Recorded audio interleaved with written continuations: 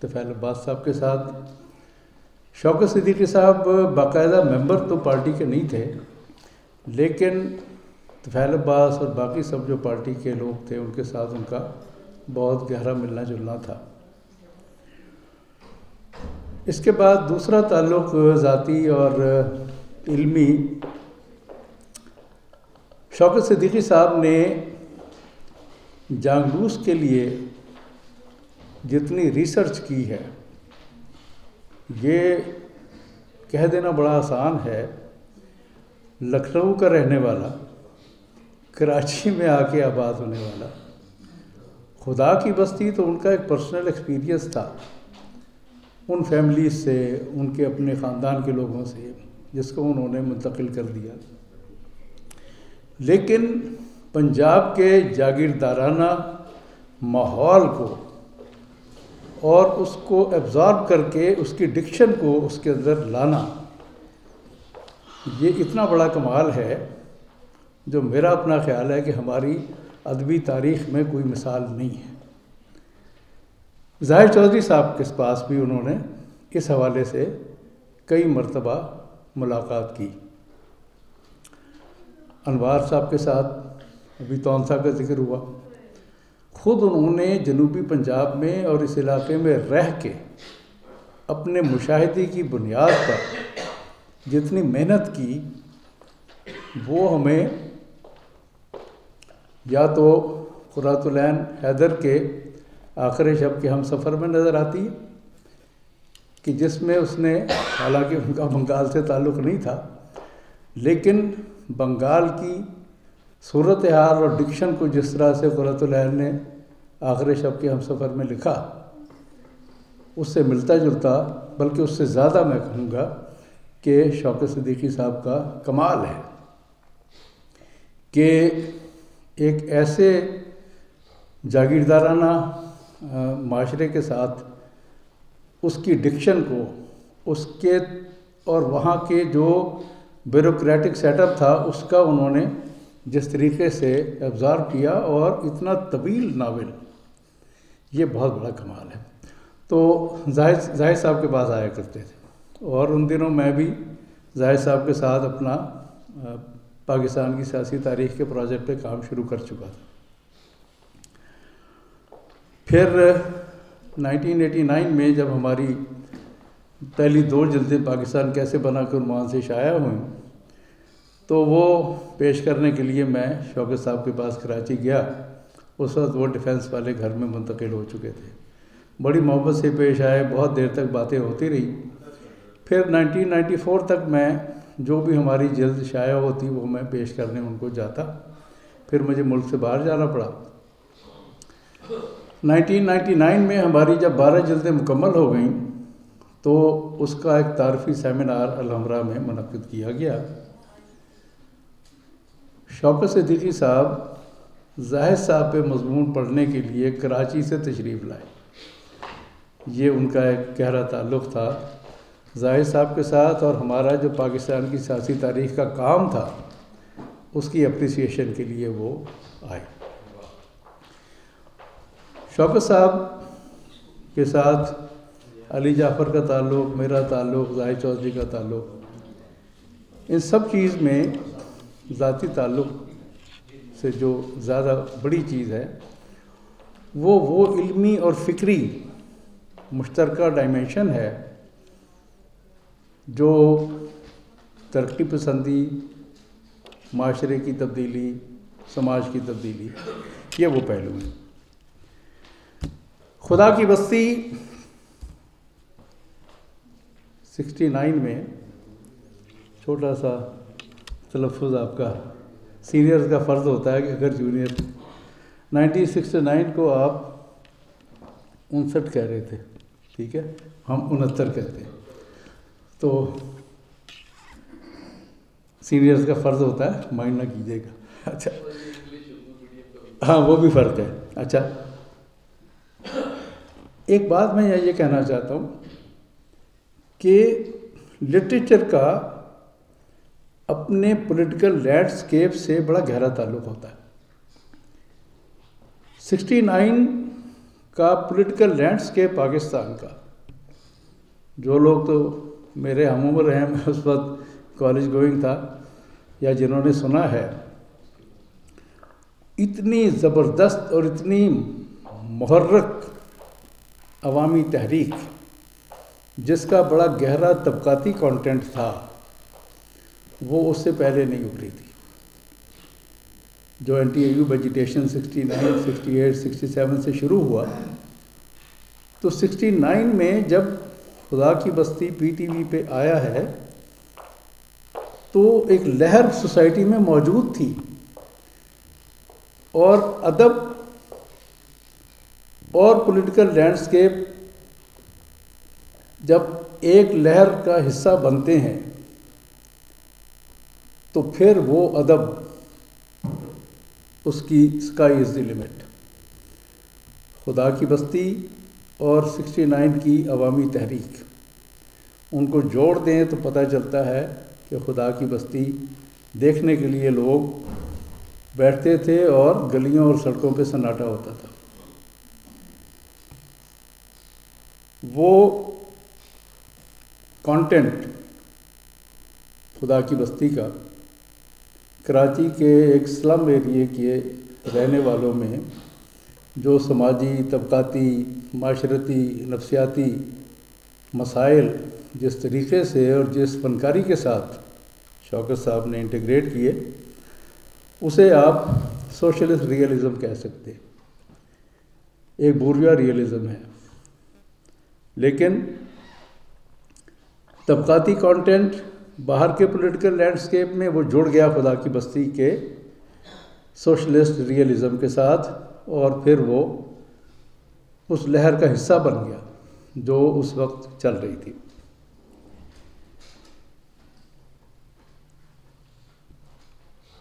جانگلوس پہ میں نے تھوڑی بات کی ہے، اور وارث کے حوالے سے